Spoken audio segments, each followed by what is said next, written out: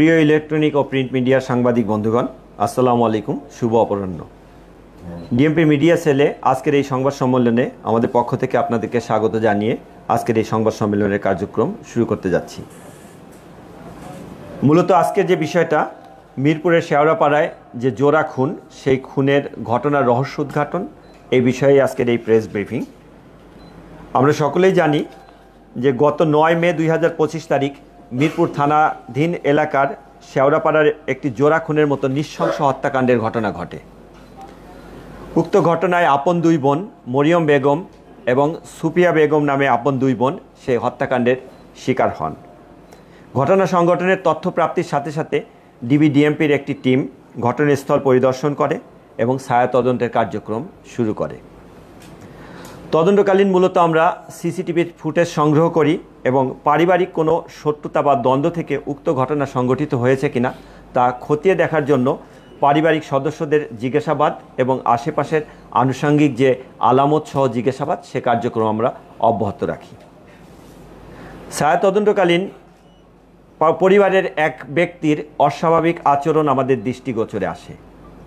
পাশাপাশি CCTV footage পর্যালোচনা করে উক্ত ব্যক্তিকে আমরা সিসিটিভি ফুটেজের মাধ্যমে শনাক্ত করতে সক্ষম হই। অর্থাৎ আমরা যখন তদন্ত কার্যক্রম করি, জিজ্ঞাসাবাদ করি, তখন মনে হচ্ছে উক্ত ব্যক্তি পুলিশি কার্যক্রমের উপর বিশেষ নজরদারি রাখছেন। অর্থাৎ পুলিশ কখন কাকে কি জিজ্ঞাসা করছেন, কোথায় যাচ্ছেন, কোন আলামত সংগ্রহ করছেন, সে বিষয়ের দিকে তার বিশেষ দৃষ্টি ছিল। তো সিসিটিভি ফুটেজ পর্যালোচনায় আমরা দেখতে পাই যে ঘটনার দিন 9 তারিখ 12টা 47 মিনিটের সময় কোনো এক ব্যক্তি একটি হ্যাভারসেক ব্যাগ, খয়েরি রঙের একটি হ্যাভারসেক ব্যাগ নিয়ে জিন্সের প্যান্ট পরিহিত অবস্থায় এবং লাল রঙের একটি টি শার্ট, লাল রঙের একটি ক্যাপ, মুখে মাস্ক পরিহিত অবস্থায় বিল্ডিংয়ের মধ্যে প্রবেশ করে। অতঃপর 1টা 57 মিনিটে উক্ত ব্যক্তিকে ভিন্ন পোশাকে আমরা সিসিটিভি ফুটেজে বের হতে দেখি। অর্থাৎ তার পরনের প্যান্টের রঙটা ভিন্ন ছিল, গায়ের টি শার্টটা ভিন্ন ছিল, মাথার ক্যাপ সঠিক ছিল, মুখে মাস্ক ছিল না।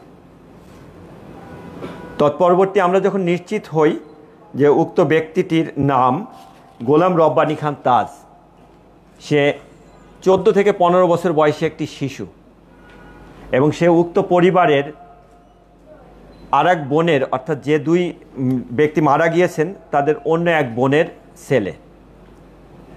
তারপর আমরা মোবাইল সিডিআরের মাধ্যমে তার অবস্থান শনাক্ত করে আমরা জানতে পারি যে সে পারিবারিক জানাজায় অংশগ্রহণ করার জন্য ঝালকাঠি জেলায় গিয়েছে।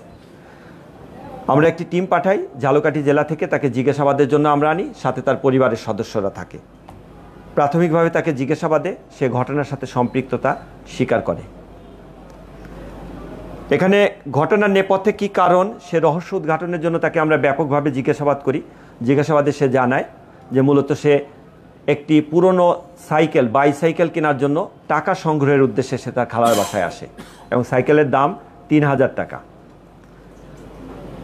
শুক্র, শনি, রবি 3 দিন স্কুল বন্ধ ছিল।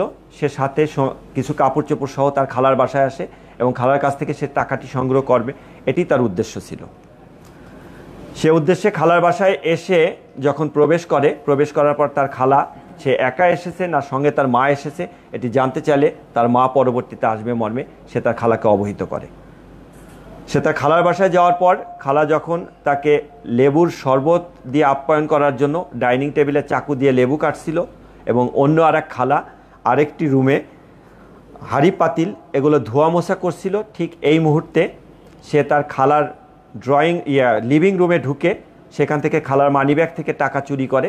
টাকা চুরি করার ঘটনাটি তার খালার চোখে পড়লে তার খালা যখন টাকা চুরির বিষয়টি তাকে চার্জ করে এবং তার মাকে বলে দিবে মর্মে তাকে জানায়, তখন সে দিক বিদিক হয়ে ডাইনিং টেবিলের এখানে এসে ওই চাকু দিয়ে তার খালার পেটে আঘাত করে।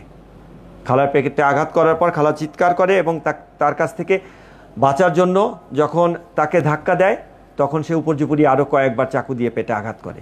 এক পর্যায়ে তার চিৎকারে তার আর এক খালা অন্য রুম থেকে আসলে সে যখন এই দৃশ্য দেখে, তখন সে চাকু দিয়ে তার ওই খালার পেটেও আঘাত করে এবং রান্নাঘরে ঢুকে পোতা শিল পাটা যেটা, সেটা পোতা এনে প্রথমে ছোটো খালার মাথায় আঘাত করে, পরবর্তীতে বড় খালাকে আঘাত করে এক পর্যায়ে কার্যক্রম সমাপ্ত করে সে ওয়াশরুমে গিয়ে তার কাপড় চোপড় এগুলো পরিবর্তন করে এবং সে নিজেকে পরিষ্কার করে ভিন্ন কাপড় পরে সে সেখান থেকে বের হয়ে আসে। বের হয়ে এসে পথে একটি সিএনজি নেয়। সিএনজি নিয়ে এসে যাওয়ার পথে এর ভিতরে সে বাসাটা লক করে চাবি নিয়ে আসে। আসার পর যাওয়ার পথে সে চাবি এবং তার মাথার ক্যাপ ফেলে দেয়। তার বাড়ি শনির আখড়ার ওখানে একটি shopping mall, eastern shopping mall, সেটির 3 তলায় মসজিদের ওয়াশরুমে সে যায়। গিয়ে তার রক্তমাখা কাপড় চোপড় সে ওইখান থেকে যেটা নিয়ে আসে সেটির ভেন্টিলেটর দিয়ে বাইরে ফেলে দেয় মর্মে পুলিশের কাছে স্বীকার করে। অতঃপর সে বাড়িতে গিয়ে তার রক্তমাখা স্যান্ডেল পরিত্যক্ত একটা বাড়ির সামনে ফেলে দেয় মর্মে স্বীকার করে। তার স্বীকারোক্তিমূলক জবানবন্দিতে আমরা রক্তমাখা তার প্যান্ট, শার্ট এবং জুতা এটা উদ্ধার করি। আর ঘটনাস্থল থেকে আলামত হিসাবে চাকু, পোতা এগুলো সহ আরও বেশ কিছু আলামত জব্দ করা হয়েছে। এ বিষয়ে একটি নিয়মিত মামলা রুজু হয়েছে।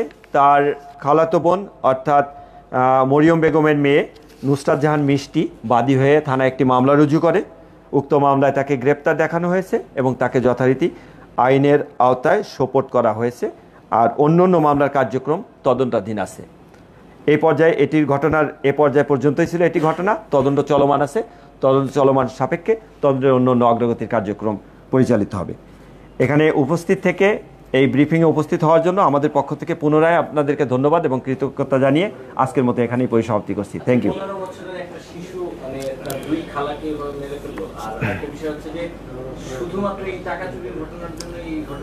আপাতত তার স্বীকারোক্তিমূলক জবান যে আমাদের কাছে যে স্বীকারোক্তি, সেই স্বীকারোক্তিতে এই পর্যায় পর্যন্ত এটিই চলে এসেছে।